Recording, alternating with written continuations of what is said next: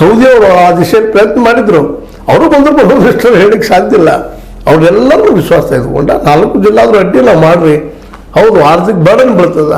Burden ಯಾರ ಮೇಲೆ ಮಾಡ್ತೀನಿ? ಬಿಸಿನೆಸ್ ಸಲುವಾಗಿ ಮಾಡ್ತೀನಿ, ಪ್ರತಿ ಸಲುವಾಗಿ ಮಾಡ್ತೀವಿ, ಇಂಪ್ರೂವ್ಮೆಂಟ್ ಸಲುವಾಗಿ ಮಾಡ್ತೀವಿ, ಅಭಿವೃದ್ಧಿ ಸಲುವಾಗಿ ಮಾಡ್ತೀವಿ. ಮಾಡ್ರಿ ಅಂತ ತಪ್ಪದ ರಾಜ್ಯ ಮತ್ತು ಕೇಂದ್ರ ಸರ್ಕಾರಗಳು ಸಾಕಷ್ಟು ಈ ರಾಜಕಾರಣಿಗಳು ಫಂಡ್ ಹೊಟ್ಟಿದ್ವು 40, 50, 60%, ಈಗ 63% ನಮಗೆ ಭ್ರಷ್ಟಾಚಾರ ಆರೋಪಗಳಿದ್ದಾವೆ. ಆ ಫಂಡನ್ನು ಭ್ರಷ್ಟಾಚಾರ ಕಡಿಮೆ ಮಾಡಿಸಿ ಹಂಚಿದ್ರೆ ನಿಶ್ಚಿತವಾಗಿಯೂ ಒಂದಿಷ್ಟೇನೋ ಅನುಕೂಲ ಆಗ್ತಾವು ಅಂತೇಳಿ.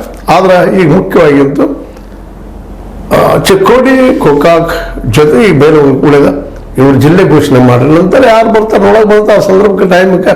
ಅದ ನಂತರ ಮತ್ತೆ ಹೋರಾಟಗಳು ಇದ್ದೇ ಇರ್ತವೆ, ಇಲ್ಲಂತಲ್ಲ.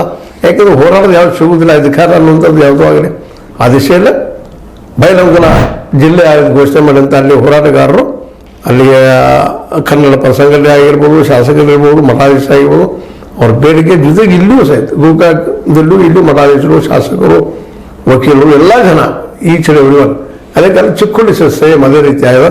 ಹೋರಾಟ ನಿರಂತರ ಮಾಡ್ತಾ ಬಂದಿದ್ದಾರೆ.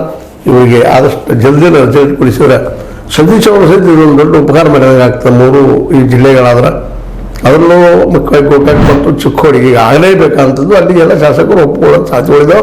ಅದೇ ರೀತಿ ಇಲ್ಲೂ ಶಾಸಕರು ಒಪ್ಪಿಕೊಳ್ಳೋದು ಸಾಧ್ಯತೆ. ಬೈಲಹೊಂಗಲದಲ್ಲೂ ಎಲ್ಲ 3 ಯಾವ್ದು ಭಾಳ ಉತ್ತಮ, ಅದನ್ನು ಕನ್ವಿನ್ಸ್ ಮಾಡೋಂಥ ಜವಾಬ್ದಾರಿ ಮಾತ್ರ ಅದನ್ನು ಉಸ್ತುವಾರಿ ಸಚಿವರ ಅಂತ ಸತೀಶ್ ಜಾರಕಿಹೊಳಿ ಅವರಿಗೆ ಮತ್ತು ಇಲ್ಲೊಂದು ಲಕ್ಷ್ಮೀಬಾಯಿ ಹೆಬ್ಬಾಳ್ಕರ್ ಅವರಿಗೆ ಮತ್ತು ಎಲ್ಲ 18 ಶಾಸಕರಿಗೆ ಇದು ಜವಾಬ್ದಾರಿ ಅಂತ ಹೇಳ್ತಾ ಇದು ಇವತ್ತಿನ ಇಲ್ಲಿವರೆಗೆ ಡೆವಲಪ್ಮೆಂಟ್ ಇದ್ರ ಬಗ್ಗೆ ನಿಮ್ಮ ಜೊತೆ ಮಾತಾಡಿದ್ರಿ.